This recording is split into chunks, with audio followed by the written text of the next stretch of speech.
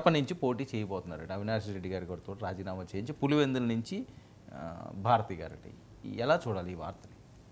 అంటే ఈ వార్త ప్రచారంలో ఉంది, బాగా కథనాలు కూడా 1-2 సార్లు వస్తున్నాయి. అది ఎక్కువ భాగం తెలుగుదేశం సంబంధిత దీని నుంచి వస్తున్నట్టు కనిపిస్తుంది. నిజాలు ఇంకా ఇప్పటికేదో ఆ పార్టీ వాళ్ళు ఎవరో అటువంటివి చెప్పట్లేదు. ఇంకోటి కూడా బలంగా ఉంది, కాంగ్రెస్లో కలుస్తారు చాలామంది, కాంగ్రెస్లో వైసీపీని కలుపుతారు, ఆ దిశలో చాలా ప్రయత్నం జరుగుతుందని. నన్ను కూడా ఒకరిద్దరు చాలా సీనియర్లు లేకపోతే ప్రభుత్వంలో మంత్రులుగా ఉన్న వాళ్ళు ఇలాంటి వాళ్ళు అడుగుతా, ఏంటి ఎలా ఉంటుంది మీ అంచనా ఏంటి, లేకపోతే కాంగ్రెస్ పరిస్థితి ఎలా ఉంటుంది, ఇటువంటి ఎంక్వైరీలు కూడా చేశారు వాస్తవంగా. లేదని నేను చెప్పను. అలాగే ఇతర పార్టీల నాయకులు కూడా ఇలా అంట కదా అని అంటున్నారు. కానీ ఈ 2 విషయాల మీద కూడా నేనైతే తొందరగా ఇప్పటికిప్పుడు ఏదో జరుగుతుంది అని అనుకోవట్లేదు. ఎందుకంటే మొన్న జగన్ మెజారిటీ తగ్గింది, చాలా కష్టం మీద బయటపడ్డారు. సో ఈ పరిస్థితుల్లో రాజీనామా చేయదలుచుకుంటే మొత్తం రాజీనామా చేయటం తప్ప మళ్ళీ ఎన్నికల్లో గెలిచేటటువంటి రిస్క్ ఇప్పుడు పెట్టుకుంటారనేది ఒక పెద్ద ప్రశ్న. జగన్ రాజకీయ జీవితంలో ఎంపీకి పోటీ చేసి మళ్ళీ గెలిచి అమ్మగారిని కూడా గెలిపించుకొని తన మొదలు పెట్టిన మాట నిజమే. కానీ ఇప్పుడు ఆయన ఉన్న పరిస్థితి గడుగా ఉంది కాబట్టి ఇంకొకటి లేక గెలిచిన అవినాష్ రెడ్డి చుట్టూ ఉన్న చాలా వివాదం, షర్మిల టార్గెట్గా కూడా అప్పుడు వాళ్ళిద్దరి మధ్య పోటీ ఇవన్నీ జరిగిన నేపథ్యంలో ఇప్పుడు అవినాష్ రెడ్డితో రాజీనామా చేయించాలి, అక్కడ నిలబడాలి, మళ్ళీ తను చేయాలి, ఇంకో సీటుకు విజయమ్మ గారిని చేయిస్తారని లేకపోతే భారతిని చేయిస్తారని రకరకాలు. ఐ థింక్ ఇవన్నీ ఎక్కువ భాగం ఊహాగానాలుగా నడుస్తున్నాయేమో అని నేను భావిస్తున్నాను. అంత రిస్క్ తీసుకోవడానికి ఈ సమయంలో ఈ పదవిలో ఉండి సభను ఏదో బహిష్కరించో లేదా సభకు దూరంగా ఉంటే అదొక తీరు. కానీ మళ్ళీ ఒక ఎన్నిక, అది కూడా ఎన్నిక ఇప్పుడే వస్తుందని కూడా ఏం లేదు. మీరు రాజీనామా చేస్తే వెంటనే ఎన్నికల సంఘం ఎన్నిక పెట్టదు. రెండవది వాళ్ళు కనుక కేంద్రంలో అనుకూలత లేకపోతే వీలైనంత జాప్యం కూడా చేస్తారు. అందువల్ల అదే అంత నిజం కాకపోవచ్చు వెంటనే నేను భావిస్తున్నా. అంటే ఈయన ఇప్పుడు ఈ టైంలో పార్లమెంట్లో ఉండడం అవసరమా అండి ఇప్పుడున్న సిచ్యువేషన్లో? అంటే దాని మీద కూడా చర్చ చేశారు కదా. ఇప్పుడు పార్లమెంట్లో ఆయన చేయగలిగింది ఏమీ లేదు. పార్లమెంట్లో తెలుగుదేశం పార్టీ ఎన్డీఏలో భాగస్వామిగా అధికారంలో భాగం పంచుకుంటున్నప్పుడు పవన్ కళ్యాణ్ ఇంకా వీళ్ళంతా ఆయన ఇప్పుడు ఢిల్లీలో ఉండటం కంటే రాష్ట్రంలో పునాదిని కాపాడుకోవటం దీని మీద ఎక్కువ ఫోకస్ ఉంటుంది తప్ప అక్కడ ఉండేటటువంటి అవకాశం లేదు. అన్నిటికంటే ముఖ్యంగా అవినాష్ రెడ్డి గెలవటం అన్నది జిల్లాలో ఈ 2 స్థానాలు గెలవటం వాళ్ళు పట్టు నిలుపుకోవడానికి కొద్ది గొప్ప ఊపిరి నిలబెట్టినటువంటి ఒక అంశం. అంటే అవినాష్ రెడ్డి, వివేకానంద రెడ్డి హత్య, దీని మీద రాష్ట్రం అంతా చాలా దుమారం. బహుశా రాష్ట్రంలో జగన్ ఓటమిలో కొంత శాతం తప్పకుండా ఈ అంశం ప్రభావం చూపింది. కానీ అంశంలో కీలకమైన వివాదానికి లేకపోతే విమర్శకు కారణంగా ఉన్న వ్యక్తి గెలిచాడు. సో దాన్ని కొంతకాలం అలా నిలబెట్టుకునే ప్రయత్నం చేస్తారు. కానీ ఇప్పటికిప్పుడు అంత రిస్క్ అయితే ఏం తీసుకోరు. ఏదైనా భవిష్యత్తులో అలాంటిది వస్తే మనం చెప్పలేం. అయితే ఆయన సభకి వెళ్తారా లేదా, సభ అదైతే తీవ్ర సందేహం. వెళ్ళరేమో. స్పీకర్కు లేఖ రాయటం ఇవన్నీ కూడా సభను అవాయిడ్ చేయడం కోసం ప్రతిపక్ష నాయకుడు అనేది తీసుకొచ్చారు. కానీ నిజంగా ప్రతిపక్ష హోదా కోణంలో కాదు. అదేం వస్తుందని కాదు, ఇస్తారని కాదు, తెలిసే దాన్ని ఒక అడ్డమయ్యాలి కాబట్టి అది చేశారని అంతవరకు మనం చెప్పొచ్చు. రాజీనామా చేసే సమస్య అంత సులభంగా ఉన్న 11లో ఒకటి ఇప్పటికిప్పుడు రాజీనామా చేసి రిస్క్ తీసుకునేంత దుస్సాహసం జగన్ ఇప్పుడు చేయలేరని నేను అనుకుంటున్నాను. ఇంకా కాంగ్రెస్లో కలవటం, కాంగ్రెస్ వైపు వెళ్ళటం ఈ విషయానికి వస్తే ఆయనగా అయితే వెళ్ళరు, మొదటిది. రెండోది కొంతమందికి ఇంకా ఏం చేయాలి 5 ఏళ్ల పాటు అన్న ఇది వచ్చినప్పుడు, ఆయన ముఖ్యమంత్రిగా ఉన్నప్పుడు అంటే అన్నీ ఆయన కర్త కర్మ క్రియని ఆయన చుట్టూ తిరిగాము. ఇప్పుడు కూడా మళ్ళీ అవే మోసుకుంటే ఎందుకు, కొద్ది రోజులు కాంగ్రెస్లో చేరితే నడవచ్చు కదా అనే ఒక ఆలోచన మటుకు కొంతమందికి ఉంది. అది ఎలా నడుస్తుందో మనం చూడాలి. అయితే కాంగ్రెస్ ఇప్పుడు పుంజుకొని చాలా ఏళ్ళుగా అసలు అదృశ్యమైపోయింది కాంగ్రెస్. ఇది విభజన అన్నట్టు ఈ 10 ఏళ్లలో ఇప్పుడు ఒక్కసారిగా, అంటే షర్మిల వచ్చినందుకు కొంచెం హుషారు ఎక్కువ ఉండొచ్చు. మీరు చెప్పిన తర్వాత చర్చలో మనం ఆ విషయాన్ని మనం చర్చించవచ్చు. సార్, అంటే భారతీ గారిని ప్రత్యక్ష రాజకీయాల్లోకి ఎట్టి పరిస్థితుల్లో తీసుకురావాలని యోచిస్తున్నారు. ఎందుకంటే ఒక మహిళా పట్టు కూడా ఉండాలి.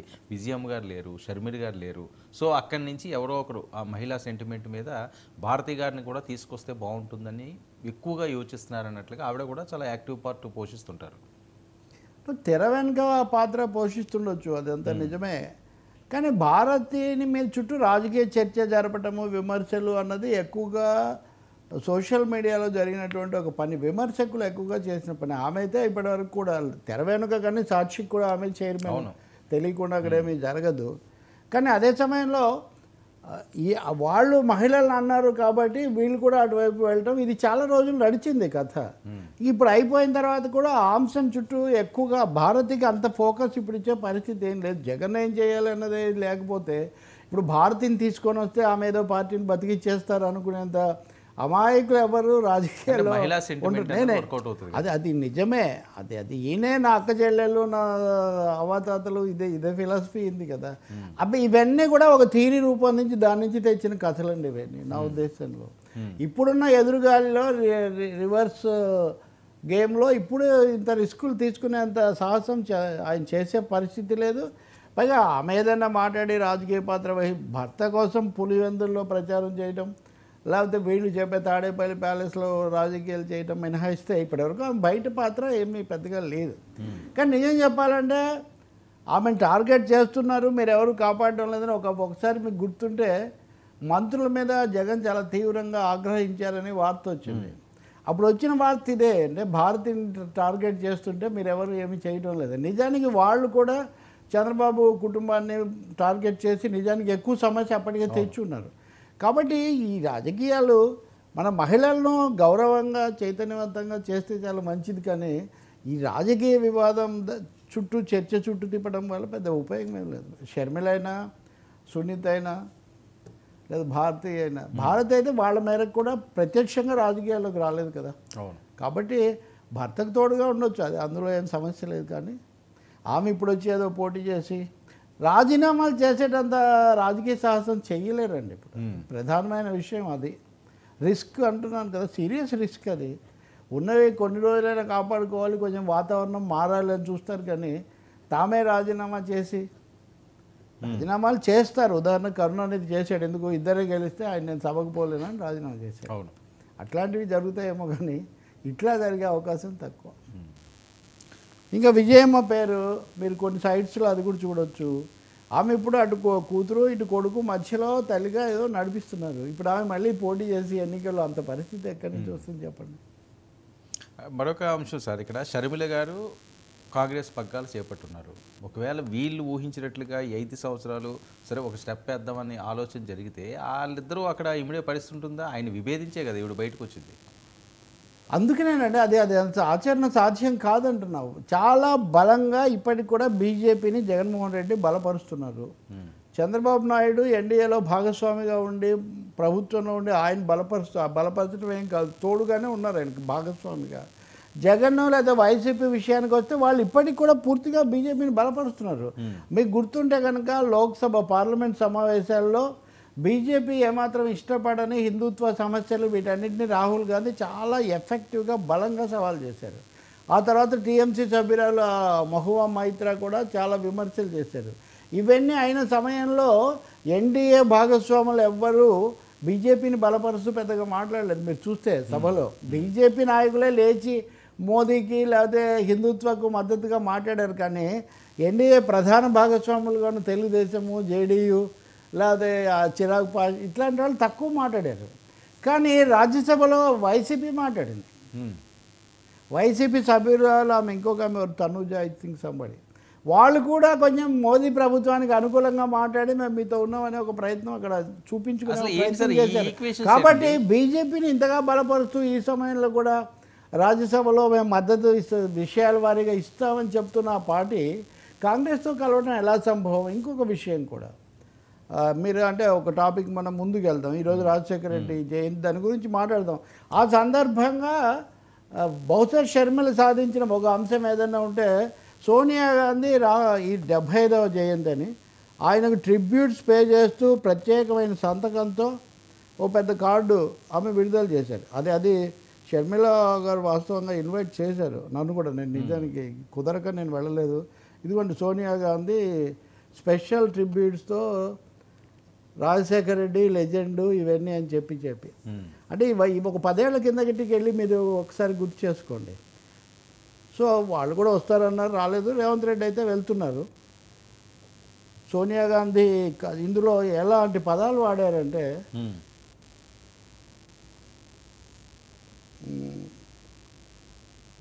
was a towering leader of Andhra Pradesh and of India, a true patriot who served his country, his state, his people, and the Congress party with brilliance, dynamism, and selfless dedication. So ఆయన legend అనమాట. Legend అనే మాట కూడా ఇందులో we will always be guided and inspired by his wisdom and his vision. Sonia Gandhi అంటున్నారు ఈ మాటలు. కాంగ్రెస్ పార్టీకి for whom I had the highest regard both as a human being and as a valued colleague in the Congress party. We continue to మౌన్ every day. We continue to mourn every day the absence of this great leader. Continue to mourn every day the absence of this great leader who had so much to give to the nation, the party, and the people of Andhra Pradesh when his life so tragically cut short. కాబట్టి ఎంత చాలా సూపర్లేటివ్స్లో the Congress party will continue to grow in strength to serve the people in his light అని ఆయన వెలుగులో. కాబట్టి చెప్పాలంటే సోనియా గాంధీ ఇలా చేయాలి. ఆమె పేరుతో ఇన్విటేషన్ వాస్తవానికి షర్మిల పేరు కంటే సోనియా గాంధీ పేరు. అయిన తర్వాత రాహుల్ గాంధీ ఈరోజు ఒక వీడియో విడుదల చేశారు. ఈరోజు దాంట్లో ఏంటి, రాజశేఖర రెడ్డికి ఉన్న సాహసము, తెగింపు, ధైర్యం, అంకిత భావం అవన్నీ షర్మిలలోనే నేను చూశాను. కాబట్టి షర్మిల నాయకత్వంలో కాంగ్రెస్ పార్టీకి ఉజ్వల భవిష్యత్తు ఉంటుంది అని ఇదే మాట ఆ పార్టీ ఎక్కువగా చెప్తుంది. ఆయన ఎవరు ఇదివరకు అధ్యక్షుడిగా రఘువీరారెడ్డి లాంటి వాళ్ళు కూడా అదే చెప్తున్నారు. ఈరోజు సాయంత్రం తాడేపల్లిలో ఫంక్షన్ హాల్లో పెద్ద ఇది పెట్టారు.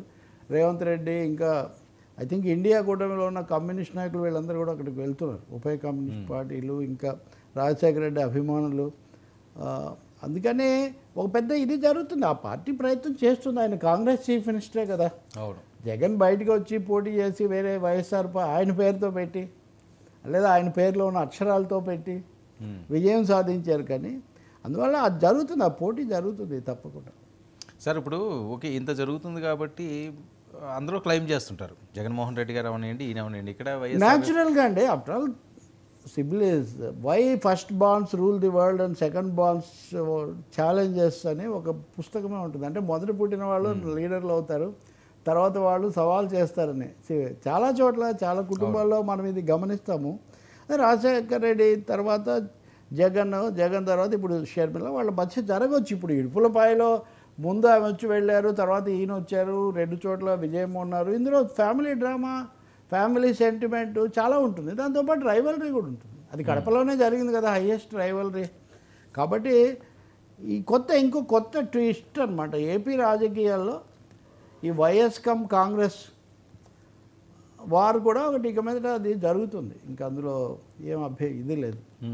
అంటే ఇప్పుడు జగన్ మీద కేసులు పెట్టి ఇంకా ఆయనకి ఒకవేళ అరెస్టులు చేయడం ఇట్లాంటివి కూడా జరిగితే అప్పుడు ఇంకొంచెం డిఫరెంట్గా కాంగ్రెస్ పార్టీ ఇంకొంచెం పుంజుకోవడానికి అడ్వాన్స్ కావడానికి కూడా ట్రై చేయొచ్చు. ఇట్లాంటివన్నీ సంభవమే. ఎంతమంది అటు వెళ్తారు. కానీ బేసిక్ క్వశ్చన్ ఏమంటే మొన్న ఎన్నికల్లో కూడా కాంగ్రెస్ పార్టీకి ఎక్కువ ఓటింగ్ రాలేదు కదా. అందుకని ఇప్పుడు మీరు చూస్తే 2029లో అని చెప్తున్నారు ఇప్పుడు వీళ్ళు. అంటే వచ్చే ఎన్నికల నాటికి ఇక్కడ మళ్ళీ ఒక ఇది కూడా వస్తుంది. బయలుదేరినప్పుడు కొద్దో గొప్ప జగన్కు వ్యతిరేకంగా యువతల శిబిరంతో సహాయపడటం అనేది అప్పుడు ఉంది. కానీ ఇప్పుడు అలా కాదు కదా. India versus NDA. Chandrababu Naidu మొన్న హైదరాబాద్ వచ్చినప్పుడు కూడా ఎన్డీఏ ప్రభుత్వం ఉంది, ఈ వాగ్దానాలు తెలుగుదేశం వాగ్దానాలు కాదు, ఎన్డీఏ వాగ్దానాలు. ఎన్డీఏ అనేది చాలా స్ట్రెస్ చేశారు. సో ఎన్డీఏ అధికారంలో ఉంది, ఇండియాకు సంబంధించి కాంగ్రెస్ ప్రయత్నం చేస్తుంది అన్నట్టుగా ఒక కొత్త పొలిటికల్ డైమెన్షన్, ఒక కొత్త రాజకీయ కోణం కూడా ఏపీ రాజకీయాల్లో తోడవుతుంది. సో ఎలా అయినా వీళ్ళిద్దరి మధ్యన ఈ గ్యాప్ అన్నది చాలా చిన్న మాట. It's something like a war. It is something like A sir. ఎంత అపజయమైన జగన్మోహన్ రెడ్డి గారు ఇంకా ఈ వార్ ఇలా కొనసాగించాల్సిన అవసరం ఉందా ఒక ఫ్యామిలీలోని? ఏం చేయాలి ఇప్పుడు? పోనీ ఆయన మాజీ ముఖ్యమంత్రి ఉన్నంతలో స్థానాలు ఓట్లు ఆయనకున్నాయి. ఇప్పుడు ఆయన వెళ్ళి నేను తప్పు చేశానమ్మా చెల్లెమ్మా అని ఆయనేమంటారు కదా. లేదు అన్నయ్యని ఓడిపోయావు, కష్టాల్లో ఉన్నావు, నేను నీకు తోడు ఉంటాను, ఇంతకుముందు తల్లి చేయమ్మా చేయొచ్చు ఆ పని, అంతకుముందు పక్కన ఉన్నాము రావచ్చు. కానీ షర్మిల ఎందుకు చేస్తారు? రెండోది ఆమె రాజకీయ విమర్శ కూడా చేస్తున్నారు కదా. ఆమె పార్టీగా ఉన్న కాంగ్రెస్ పార్టీ కూడా వ్యతిరేక శిబిరంలో ఉంది కదా. పైగా ఈయనేమన్నా నేను లౌకిక సెక్యులర్గా ఉంటాను, ఆంధ్రప్రదేశ్ కోసం మోదీని ఎదిరిస్తానని నేను చెప్పట్లేదు కదా.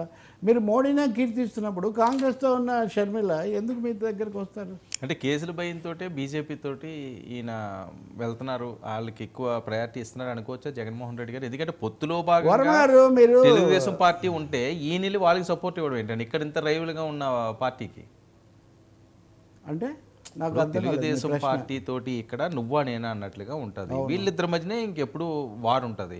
సో వీళ్ళు అందులో భాగస్వామిగా ఉన్నప్పుడు ఈయన మళ్ళీ అదే పార్టీకి ఇస్తే ప్రజల్లో ఏమనుకుంటారని. అంతకు ముందు కూడా అంతే కదా. అంతకుముందు జగన్ వాళ్ళతో స్నేహంగా ఉన్నారంటూనే తెలుగుదేశం పార్టీ కూడా బీజేపీనే బలపరిచింది కదా. వీళ్ళు రాష్ట్రపతి ఉపరాష్ట్రపతి ఎన్నికలు బిల్లులు అన్ని విషయాల్లో రెండు పార్టీలు ఆంధ్రప్రదేశ్ యొక్క రాజకీయ విషాదమే అది. Political tragedy or comedy of Andhra Pradesh is that పరమ శత్రువులుగా ప్రత్యర్థులుగా ఉన్నటువంటి తెలుగుదేశం బీజేపీ తెలుగుదేశం వైసీపీ రెండు ఒకే బీజేపీని ఒకే మోడీని మోస్తూ ఉంటాయి. ఇది చంద్రబాబు నాయుడు ధర్మ పోరాటం చేసి దూరం అయిన తర్వాత కూడా మళ్ళీ ఓడిపోయాక అటే ఉన్నారు. జగన్మోహన్ రెడ్డి కూడా పొత్తు పెట్టుకోమని బీజేపీ జగన్ను కూడా అడిగింది, ఆయన పొత్తు పెట్టుకోలేదు, వాళ్ళు కుదరదని వాళ్ళిద్దరు పెట్టుకోలేదు. కానీ ఓడిపోయిన తర్వాత మటుకు ఆయన కూడా మళ్ళీ బలపరుస్తామని బలపరుస్తున్నారు. ఇంకా చెప్పాలంటే మాకు 11 మంది ఎంపీలు ఉన్నారు, మా మీద మేము మద్దతు ఇస్తామని ఆఫర్ ఇచ్చి దాని మీదే ఆధారపడి బతుకుతున్నారు. కాబట్టి ఈ రెండు పార్టీలు కూడా బీజేపీని కనీసంగా ప్రశ్నించలేకపోవటం ఆంధ్రప్రదేశ్ రాజకీయాల్లో ఒక విచారకరమైన వాస్తవం. ఎందుకంటే మీరు కేసులు అంటారా, తప్పకుండా జగన్మోహన్ రెడ్డి కానీ ఇంకా ఇతరులు కానీ కేసుల గురించి ఆందోళన పడి బీజేపీని బలపరుస్తారు. కానీ ఇది ఒక జగన్కే పరిమితం కాదు. భారతదేశంలో ప్రతిపక్షాలను తను విమర్శించిన వాళ్ళను చాలామందిని బీజేపీ కేసులతోనే లోబర్చుకుంది. ఇప్పుడు చంద్రబాబు నాయుడు మీద ఈయన స్కిల్ ఏదో పెట్టి అరెస్ట్ చేసి ఇది చేశారు, దానివల్ల కూడా ఓటమికి అది కూడా ఒక కారణమైందని అందరూ అంటున్నారు. ఇప్పుడు ఆ స్కిల్ కేసులు సిఐడి అదుపులో ఆధ్వర్యంలోనైతే న్యాయం జరగదు, ఎందుకంటే అదే ప్రభుత్వం ఉంటుంది కాబట్టి వీటిని సిబిఐకి బదిలీ చేయాలని తెలంగాణ హైకోర్టులో ఒక పిటిషన్ దాఖలైంది. ఇప్పుడు హైకోర్టు ఏం చెప్తుందో లేకపోతే వాళ్ళు సుప్రీంకోర్టుకి వెళ్తారో మనకు తెలీదు. అంటే జగన్ కేసులేమో రోజువారీగా విచారించాలని ఒక పిటిషన్ దాఖలైంది. అంటే జగన్మోహన్ రెడ్డి కేసుల మీద చంద్రబాబు నాయుడు కేసులు రెండు వేర్వేరు కావచ్చు. అంటే ఫ్యాక్ట్ చెప్తున్నాను నేను, ఎవరికి నచ్చిన అభిప్రాయాలకు వాళ్ళు రావచ్చు. కానీ ఇద్దరి మీద కూడా సిబిఐ కేసులతో ముడిపెట్టి సిబిఐకి అప్పగించాలని ఒకటి, సిబిఐ వేగంగా చేయాలని ఒకటి తెలంగాణ హైకోర్టులో ఉంది. సో ఈ అస్త్రాలు, ఈడీ అస్త్రం త్రిశూలం, అదే బ్రహ్మ, అది ఏమనాలి త్రిశూల వ్యూహం, ఈడీ సిబిఐ ఐటీ, వీటిని ఉపయోగించడం బీజేపీకి బాగా అలవాటు. జగన్ కూడా దానికి లోబడి ఉన్నారు. దాంట్లోకి తేవడానికే బహుశా ఇప్పుడు చంద్రబాబు కేసులు కూడా సిబిఐకి అప్పగించాలని పిటిషన్ వేశారు. అది జరుగుతుందో ఏమవుతుందో మనకు తెలియదు. అంటే ఓకే, మీరు చెప్పింది కరెక్టే సార్. ఇక్కడ గమనించవలసిన అంశం ఏంటంటే ఎన్డీఏలో భాగస్వామి ఇంతకుముందు జగన్మోహన్ రెడ్డి గారు కాదు. ఈయన గతంలో ఆయనతో పొత్తు పెట్టుకుని గెలిచిన వ్యక్తి 2014లో. సో ఆ నేపథ్యంలో ఆయన అధికారంలో ఉన్నారు కాబట్టి ఎలాగైనా బయట నుంచి మద్దతు ఇచ్చారు. కానీ వీళ్ళు భాగస్వామిగా ఉన్నప్పుడు కూడా ఈయన బయట నుంచి ఇస్తున్నారు కదా అని. అదే కదా, దాంట్లో తేడా ఏముంది? అంటే చంద్రబాబు మీరు అనేది చంద్రబాబు ఇవ్వచ్చు కానీ జగన్ ఇవ్వడం ఏంటని నాకైతే ప్రజల కోణంలో అలాంటి తేడా. భాగస్వామి కాదు కదా, కాదు మీరు కోరే కదా భాగస్వామి అవుతారు. రాష్ట్రానికి అన్యాయం చేశారని అలా అయితే ధర్మ పోరాటం చేశారు కదా, కేంద్రం అన్యాయం చేసిందని విమర్శించారు కదా, అవేం మారలేదు కదా. మారకపోయినా మీరు అటు వెళ్ళారు కదా, రాష్ట్రానికి మంచిది అని. రాష్ట్ర ప్రయోజనాల కోసమే దూరం అయ్యాను, రాష్ట్ర ప్రయోజనాల కోసమే దగ్గర అయ్యాను, మధ్యలో బీజేపీ అవ్వలేదు కదా. సో మీరు చంద్రబాబు జగన్ కోణంలో మీరు ఆలోచిస్తున్నారు, బీజేపీ కోణంలో ఒకటే జరుగుతుందని నేను చెప్తున్నాను. ఇది చాలా రాష్ట్రాల్లో జరుగుతుంది. ఇప్పుడు నితీష్ కుమార్ ఉన్నాడు, ఇంకా పచ్చిగా కనపడతాడు మనకు. ఆయన అసలు యువతలికి వచ్చి ఈ పార్టీలతో కలిసి ఆర్జేడీతో కలిసి ప్రభుత్వం ఏర్పాటు చేసి ఆఖరికి ఇండియా కూటమి ఏర్పాటు చేసినప్పుడు కూడా మొదట్లో నితీష్ కుమార్ ఉన్నాడు. ఏర్పడిందే ఆయన పాలించే పాట్నాలో ఏర్పడింది. సో బీజేపీ విషయంలో ఏదో ఒక విధంగా అందరినీ నయానో భయానో కలుపుకుపోవడం అనేది ఆ పార్టీకి అలవాటుగా ఉంది. వీళ్ళు కూడా దానికి లోబడుతున్నారు. ఇప్పుడు ప్రత్యేక హోదా సమస్య ఉంది. ఉదాహరణకు ఉత్సాహంలో ఉన్నప్పుడు ఇవన్నీ మాట్లాడితే కొంచెం కష్టంగా ఉంటుంది. ప్రత్యేక హోదా చాలదు, అంతకంటే ఎక్కువ కావాలని చంద్రబాబు నాయుడు గారు ఢిల్లీ నుంచి వచ్చాక హిందూ ఇంటర్వ్యూలో చాలా వివరంగా చెప్పారు. అంతకంటే ఎక్కువ కావాలంటే అది కూడా కావాలా? అంతకంటే ఎక్కువ కావాలి కాబట్టి అంటే దాన్ని వదిలేస్తున్నట్టు దాని అర్థం. ఈ ₹1,00,000 చాలదు, ₹1,00,00,000 కావాలి అంటే కోటిలో 1,00,000 కూడా ఉంటుంది కదా. 1,00,000 ఇవ్వకపోయినా నేను కోటి కోసం అంటే, కాబట్టి ఇక్కడ బీజేపీ ఒత్తిడి అది బీజేపీ ఒత్తిడి, వీళ్ళ లొంగుబాటు దానికోసమే. ఓకే సార్, ఈ సజ్జల గారు చాలా రోజుల తర్వాత ఆయన మీడియా ముందు రావడం జరిగింది.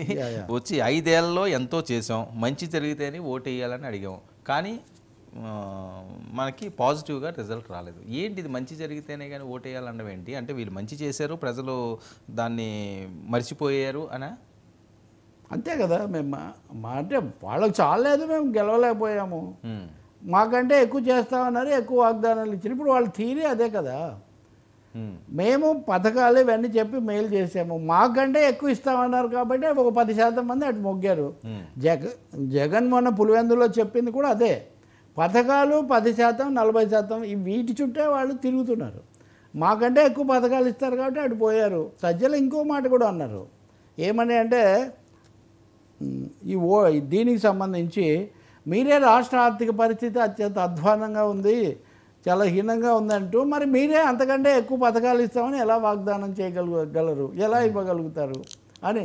అంటే వీళ్ళు ఇవ్వలేరు, ఊరికనే వాగ్దానాలు చేసి బుట్లో వేసుకున్నారు అనేది వైఎస్ఆర్ పార్టీ వాళ్ళ యొక్క వాదన. ఇంకా అయితే ప్రజలు తప్పు చేశారా అంటే, ఈరోజు వరకు కూడా 2019 తీర్పు కూడా ప్రజలు ఏదో ఒక విధంగా ఒక ధ్యాసలో పడిపోయి ఓటేశారు పొరపాటున అన్నదే తెలుగుదేశం వాళ్ళ వైఖరి కూడా. ఈ రెండు పార్టీలు కూడా ఒకరి ఉనికిని లేదా ఒకరి విజయాన్ని ఒకరు ఆమోదించే స్థితిలో లేరు. కాబట్టి వాళ్ళు ప్రజలు తప్పు చేశారని కాదు, కానీ ప్రజలు ఆశపడ్డారు, పథకాలకు ఆశపడ్డారు. అంటే వీళ్ళు ఇచ్చినప్పుడు పథకాలు తీసుకుంటే గొప్పనా, వాళ్ళు ఇస్తామన్నప్పుడు అటు ఓటేస్తే అదేమో ఆశపడ్డాం. కాబట్టి రాజకీయాలు అనేవి ఎవరు గెలిచినా ఎవరు ఓడిపోయినా వాస్తవికంగా ఆలోచించాలి, కానీ మనకు అనుకూలంగా ఒకటి అటైతే ఒకటి అనటం ఎట్లా? పెంచకూడదా? మీరు సంక్షేమ పథకాలు ఉదాహరణకు ₹100 ఇస్తున్నారు, ఇంకొకరు 200 ఇస్తానన్నారు, మీరు 100 అన్నారు కాబట్టి వాళ్ళు 100 అనాలా? ఉదాహరణకు పోటీ, ఇది రాజకీయ పోటీ. కాబట్టి ఎలా ఆర్థిక వ్యవస్థ చేస్తారు, ఎలాగ లెక్కలు చెప్తారు, లేదా ఏమవుతుందని రేపు చూడాలి. ఇంకొకటి ఏమో జగన్ హయాంలో అప్పులు అవన్నీ చాలా ఎక్కువగా బహుశా శ్వేతపత్రం ఈరోజు రేపు వస్తుంది, అది కూడా రాబోతుంది. కాబట్టి ఇవన్నీ జరుగుతాయి. కాదు సజ్జల పూర్తిగా అదృశ్యం అవ్వలేదు, విదేశాలకు ఉన్నారు, చాలా ఇవన్నీ ఉన్నాయి, కానీ ఆయన ఉన్నారు. మళ్ళీ మాట్లాడతారేమో బహుశా ఈరోజు రాజశేఖర రెడ్డి జయంతి నుంచి మొదలుపెట్టి. కానీ మాట్లాడినవే కొత్త విషయాలు కాదనుకోండి, మామూలుగా వాళ్ళు చేస్తున్న ప్రధానమైన వాదనలే. ఇంతకంటే కూడా ముఖ్యమైనది ఇంట్రెస్టింగ్ కూడా చెప్తాను. చంద్రబాబు నాయుడు నిన్న ఎన్టీఆర్ ట్రస్ట్లో వాళ్ళు సన్మానమో చేశారు. ఆయన ఉత్సాహంగా మాట్లాడారు, విజయోత్సాహం అవన్నీ బాగా కనబడ్డాయి. కానీ ఆ సమయంలో ఆయన ఒక మాట అన్నారు, పరిశ్రమలు ఇవన్నీ కూడా వెళ్ళిపోయినాయి, మళ్ళీ వస్తే ఈ వైసీపీ అనే భయం వాళ్ళని కొంచెం, వాళ్ళు ఏం చేస్తారని వాళ్ళు అంటున్నారు అని. అంటే ఇప్పటికి కూడా వైసీపీ అనేది వచ్చే పెట్టుబడులను ఆపేయడానికి భయపెట్టేటంత పరిస్థితిలో ఉందా అనేది ఒక మాట. రెండవది ఆ భూతం అని, ఇదివరకు సైకో అనేవాళ్ళు, సైకో కొంచెం ప్రమోషన్ ఇచ్చి ఇప్పుడు భూతం అంటున్నారు. సో ఈ భూతం గురించి భయపడుతున్నారు. ఈ భూతాన్ని నేను భూస్థాపితం చేస్తాను అన్నారు. సో భూస్థాపితం అన్నది మరింత తీవ్రమైన మాట కదా, ముఖ్యమంత్రిగా ఉండి ఇలా అంటే ఎట్లా అని వీళ్ళు మాట్లాడుతున్నారు. సో వీటన్నిటిని రాజకీయ కోణంలో మనం తీసుకోవాల్సిందే, కానీ అయితే ప్రతిదీ తప్పు పట్టుకుంటున్నారు కదా ఒకరినొకరు, సో వివాదం అవుతుంది. బట్ కీలకమైనది ఏంటంటే తెలుగుదేశం పార్టీ అధికారంలోకి వచ్చిన తర్వాత కూడా ఓడిపోయినటువంటి వైసీపీ పాత్రను గురించి పెట్టుబడులు పెట్టేవాళ్ళు భయపడుతున్నారు అని అనటమే కొంచెం. అంటే మరి 2014 నుంచి 19 వరకు జరిగింది, 19 నుంచి 24 వరకు ఇబ్బందికర పరిస్థితి సార్. ఇన్వెస్టర్లు ఎందుకు వస్తారు? కాంట్రాక్టులు కూడా చేసిన వాళ్ళకి డబ్బులు రాలేదు, వాళ్ళు భయపడతారు కదా. అయితే ఈ సమయంలో ఇంకొక చిన్న కొనసాగింపు అంటే ఈరోజు హిందూ పత్రిక పతాక శీర్షికగా ఉండి అసలు భారతదేశానికి పెట్టుబడులు రావడం అనేది చాలా లోయెస్ట్గా ఉంది. లేటెస్ట్ ఫిగర్స్ చూస్తే చాలా తగ్గుముఖం పడుతున్నాయని కూడా ఒక ఆందోళనకరమైన పరిస్థితి. అంటే ఒక ఆంధ్రప్రదేశ్ కాదు, ఓకే, అసలు దేశవ్యాప్తంగా ఏ రాష్ట్రంలో అయినా. సార్ మరొక కీలక అంశం, గతంలో వైఎస్ఆర్సీపీకి ఇబ్బంది పెట్టిన అంశం కూడా ఇది, ఉచిత ఇసుక. నేటి నుంచి ఏపీలో కొత్త విధానం అమలు, ఎలా చూడాలి ఈ అంశాన్ని? అది మంచిదండి, ప్రజలకు చేసిన వాగ్దానం నెరవేరాలి. రెండోది ఇసుక అనేది సరఫరా లేకపోవడం వల్ల నిజంగా నిర్మాణ పరిశ్రమ కొంచెం కుదేలైపోయి ఓటమికి అనేక కారణాల్లో అది కూడా ఒక కారణం. అది దాన్ని సక్రమంగా మళ్ళీ ప్రజలకు ఉచితంగా ఇవ్వాలని ఒక విధానం కూడా ప్రకటించారు. దాని ప్రకారం వాళ్ళ దగ్గర ఖర్చులు, రవాణా ఖర్చులు, సీనరేజ్ ఖర్చులు మాత్రమే తీసుకొని ఇస్తున్నారు. మామూలు నదీ తీరాల్లో కనుక ఇసుక తీసుకుంటే సీనరేజ్ ఒక 84 రూపాయలు, ఇతర ఖర్చులు 10 రూపాయలు, దాదాపు ఒక 100 రూపాయలు ఛార్జీ. అదే కొన్ని బోట్ అసోసియేషన్స్ అని పెట్టి వాటికి అప్పగించినవి కొన్ని ఉన్నాయి. అలాంటి వాటి నుంచి కనుక తీసుకుంటే మటుకు అక్కడ 240 రూపాయలు. ఈ ఛార్జీలతో ఇసుక సప్లై చేయడానికి ప్రభుత్వం ఒక విధానాన్ని ప్రకటించింది. ఇదా ఇది టన్నుకు సీనరేజ్ కింద టన్నుకు 88 చొప్పున, నిర్వహణ ఖర్చుల కింద టన్నుకు 20 రూపాయలు వసూలు చేస్తారు. అదే ఉభయ గోదావరి జిల్లాలో బోట్మెన్ సొసైటీలు ఉన్నాయి, వాటికి ఇస్తే వాళ్ళ కాంటాక్ట్ ఇచ్చి ఉంటే మటుకు అప్పుడు 225 రూపాయలు తీసుకుంటారు టన్నుకు. అలాగే దూర కేంద్రాలకు కనుక ఇసుక తరలించాల్సి వస్తే రవాణా ఛార్జీ ఖర్చుల కింద టన్నుకు కిలోమీటర్కు దాదాపు 5 రూపాయలు, 4.90 పైసలు లెక్క కడతారు, 18% GST. సో దీని అంతటితో ఒక్కొక్క ఆయా కేంద్రాల్లో టన్ను ఇసుక ధర అన్నది కలెక్టర్లు దీన్ని బట్టి వాళ్ళు నిర్ధారిస్తారు. ఒక వ్యక్తికి రోజుకి 20 టన్నులు ఇసుక ఇవ్వాలనేది ఇక్కడ ఉన్నటువంటిది. సో ఇంకొకటి ఏంటంటే స్థూలంగా దీన్ని లెక్కేస్తే ఎట్లా ఉంటుందంటే ఒక లారీలో 3 టన్నులు అనుకుంటే రాజమండ్రి ఆ చుట్టుపక్కల గతంలో 6,500 వసూలు చేసేవాళ్ళట గత ప్రభుత్వం టన్నుకి. ఇప్పుడు టన్నుకు లారీకి అది ఇప్పుడు 3 టన్నులకు ఇప్పుడు 2,125 2,125 కంటే 700, దాదాపు ఒక టన్నుకు 700 లారీలో అయితే. అది ఇప్పుడు లేటెస్ట్. అంటే 700 తీసుకుంటారా టన్నుకి? టన్నుకు ఇది లారీలో చేస్తే అది.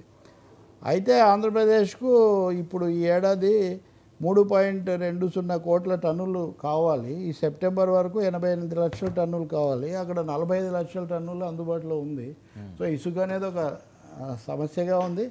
దానికి ఉచితంగా ఇవ్వడం వల్ల మాఫియా, ఇసుక mafia, mining mafia, drug mafia, ఈ 3 చాలా ప్రధానమైన అంశాలు, ప్రధానమైన బెడదలు అనుకున్నారు కదా. కాబట్టి ఇసుకకి ఇది వస్తుంది. దీని మీద పవన్ కళ్యాణ్ కూడా మెయిన్ ఫోకస్ పెట్టేవాళ్ళు.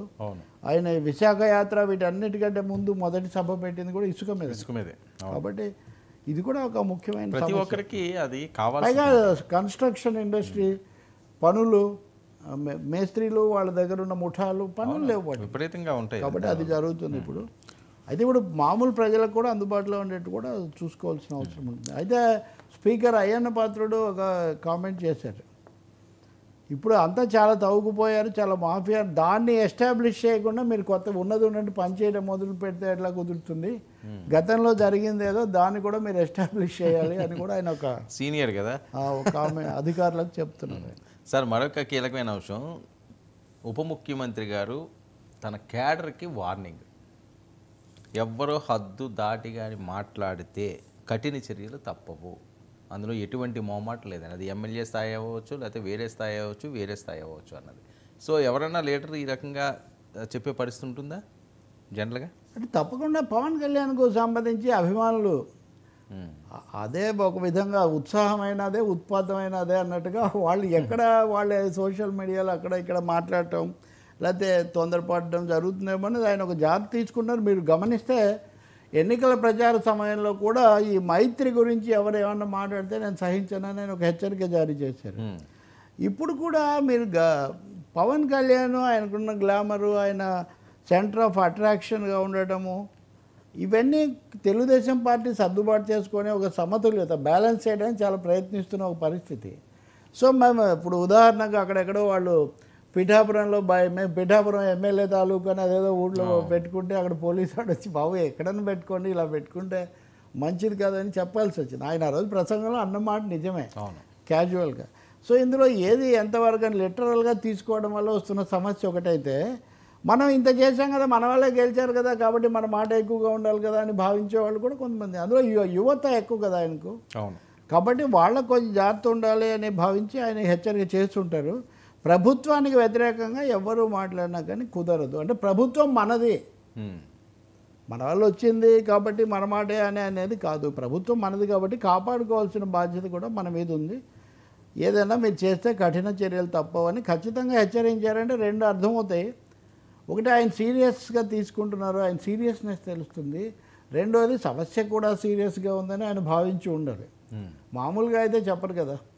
ఈ టెండెన్సీస్ రాకుండా చూడాలి, ఈ టెండెన్సీ హాని చేస్తుందని ఆయన గుర్తించి ఉండాలి. అందుకని ఆ హెచ్చరిక చేశారని మనం భావించాల్సి ఉంటుంది. ఇక అది కాకుండా లేఖలు రాసేవాళ్ళు వాళ్ళు వీళ్ళు కూడా ఉన్నారు కదా. సో వాళ్ళకు కూడా కొంచెం పరోక్షంగా, ఇప్పుడు మనకు కుర్రాళ్ళు లేదా సోషల్ మీడియా ఇవి కనిపిస్తాయి, కానీ రాజకీయ ప్రాబల్యం కోసం, పట్టు కోసం స్థానికంగా తెర వెనక నుంచో లేదా తెర ముందు నుంచో పనిచేసే వాళ్ళకు కూడా ఆయన హెచ్చరిక ఉద్దేశించింది. ఇదంతా ఏదో యువతకు మాత్రమేనో లేదా కుల సంఘాలకు మాత్రమే అనుకుంటే పొరపాటు. ఖచ్చితంగా బ్యాలెన్సింగ్ అనేది ఒక ముఖ్యమైన సవాలు ఈ ప్రభుత్వంలో. జనసేన తెలుగుదేశం మధ్య, అలాగే పవన్ కళ్యాణ్ యొక్క చాలా విస్తారమైన ఆకర్షణ, తెలుగుదేశం పార్టీ యొక్క రాజకీయమైనటువంటి నాయకత్వం. సో ఈ రెండింటిని బ్యాలెన్స్ చేయడం కూడా అక్కడ ఒక చాలా ముఖ్యమైన సమస్య. ఆయన 3-4 శాఖలు కూడా ఉన్నాయి. ఇప్పుడు చాలామంది మీరు కనుక గమనిస్తే, మేము పవన్ కళ్యాణ్తో కూడా మాట్లాడాము, పవన్ కళ్యాణ్ గారికి చెప్పాము, డిప్యూటీ సీఎం దృష్టికి తెచ్చాము, ఇలా మాట్లాడటం మనం గమనిస్తాం ఈ కొద్ది రోజుల్లోనే. సో అందువల్ల కూడా ఆయన ఇంకొకటి కూడా చెప్తున్నారు ఆయన, బహుశా నేను అనుకోవటం, ఇది ఉమ్మడి ప్రభుత్వము, అవును, మీరు మరీ టూ మనీ ఇది పెట్టుకొని అన్నీ ఇప్పటికిప్పుడు అయిపోతాయని మీరు ఆశలు పెట్టుకొని కామెంట్స్ చేయకండి, జాగ్రత్తగా ఉండండి అని కూడా ఆయన చెప్తున్నారు. మంచిదండి, పార్టీ ప్రభుత్వం ప్రజల తీర్పు వచ్చిన తర్వాత సక్రమంగా నడవాలి. అంటే ఈ బ్యాలెన్స్, చెక్స్ అండ్ బ్యాలెన్సెస్ చాలా అవసరం తప్పకుండా. రవి గారు, ఒక్క విషయం అండి, పవన్ కళ్యాణ్ గారిని దగ్గర నుంచి చూసిన వ్యక్తుల్లో మీరు, ఇప్పుడు ఉదాహరణకు హరిప్రసాద్, మొన్నే నేను ఆయన అభినందిస్తున్నా, ఎమ్మెల్సీ. ఆయన ఈరోజు ఒక నా శక్తి కొద్దీ నేను ప్రజలకు సేవ చేయడానికి ప్రయత్నిస్తాను అంటే, మీరు చూడు జాగ్రత్తగా, అంటే ఇట్ ఈజ్ నాట్ అంటే ఏదైనా చేస్తామా అని కాదు, ఉన్న లిమిటేషన్స్ కూడా గుర్తించాలని. సార్, పవన్ కళ్యాణ్ గారిని దగ్గర నుంచి చూసిన వ్యక్తుల్లో మీరు ఒకరు, పూర్తి స్థాయిలో ఆ రోజు ప్రజారాజ్యం అవనియండి, యువరాజ్యం అధ్యక్షుడి దగ్గర నుంచి కూడా. ఒకప్పుడు పవన్ కళ్యాణ్ హీరోగా, పవన్ కళ్యాణ్ ఓడిపోయిన పవన్ కళ్యాణ్, ఇప్పుడు అధికారంలో ఉన్న పవన్ కళ్యాణ్, ఈ వ్యత్యాసం కోసం మీరు గమనించిన అంశాలని ఏమని చెప్తారు ఆయన కోసం? ఆయన అనుకున్న దానికంటే కూడా ఎక్కువ జాగ్రత్త తీసుకుంటాడు. గెలిచిన తర్వాత, విజయం సాధించిన తర్వాత కొంచెం వినయం కానీ జాగ్రత్త కానీ పెరిగింది వాస్తవంగా చెప్పాలంటే. అంటే కొత్త పార్టీగా, యువ పార్టీగా తన ప్రయోజనాలు, తమ వాళ్ళని సంతృప్తి పరచడం ఒక సవాలు, అదే సమయంలో ఇద్దరితో బ్యాలెన్స్ చేసుకోవాలి. దీంట్లో ఆయన కావలసినంత జాగ్రత్త తీసుకుంటున్నారు, అదే సమయంలో తగ్గకూడదు. ఏది ఏదో సామెత ఉంది కదా, ఎప్పుడు నెగ్గాలో కాదు ఎప్పుడు తగ్గాలో. ఎప్పుడు తగ్గాలో తెలిసిన వాడు నాయకుడు అని అత్తారింటికి దారేదిలో చెప్పారు. కాబట్టి ఎప్పుడు తగ్గుతూ ఉంటారంటే అది కూడా కుదరదు. అది కూడా ఆయన మెసేజ్ చాలా క్లియర్గానే ఆయన కదలికలు వీటన్నిటి ద్వారా ఆయన ఇస్తున్నారు. సో గట్టిగా ఉంటాను, నేను బ్యాలెన్స్గా ఉంటాను తప్ప నేనేదో పరాధీనత అంటే. ఎందుకు ఇక్కడ ఒక సమస్య వస్తుందంటే, వైఎస్ఆర్ పార్టీ వాళ్ళ మీడియా చూసినా ఎంతసేపటికి వీళ్ళిద్దరిని కౌంటర్ పోస్ట్ చేయడం అనే దానికి చాలా ఇంపార్టెన్స్ ఇస్తున్నారు.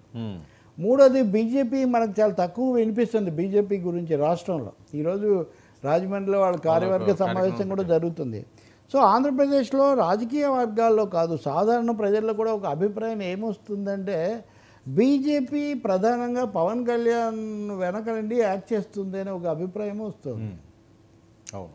సో వీటన్నిటి మధ్యలో ఆయన బ్యాలెన్స్ చేసుకోవాల్సి వస్తుంది. సో బహుశా ఆయన చెప్పిన మాట తమ వాళ్ళకే కాదు, బీజేపీకి కూడా వర్తిస్తుంది. ఒక విధంగా మనము కలుపుకొని వెళ్ళాలని, మెచ్యూరిటీ ప్రదర్శించడానికి, పరిపక్వంగా ప్రవర్తించడానికి, జాగ్రత్తగా ఉండడానికి, తర్వాత అధ్యయనం చేస్తున్నాను అని చెప్పడానికి. అందుకే అధికారులుగా కూడా కొంచెం సమర్థులైన వాళ్ళని తెచ్చుకోవడం ద్వారా తన టీం షార్ప్గా, పవర్ఫుల్గా ఉండాలని ఆయన జాగ్రత్తలు తీసుకుంటున్నట్టు కనిపిస్తుంది.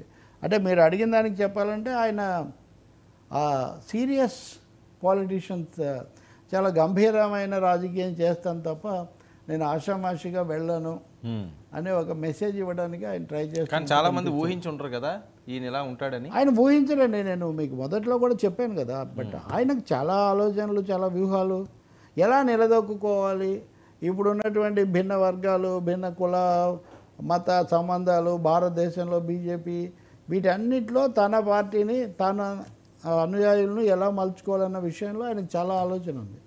అదేమీ తక్కువది కదా. అదంతా నేను ఆమోదిస్తాను, మీరు ఆమోదిస్తారు, అది ప్రశ్న కాదు.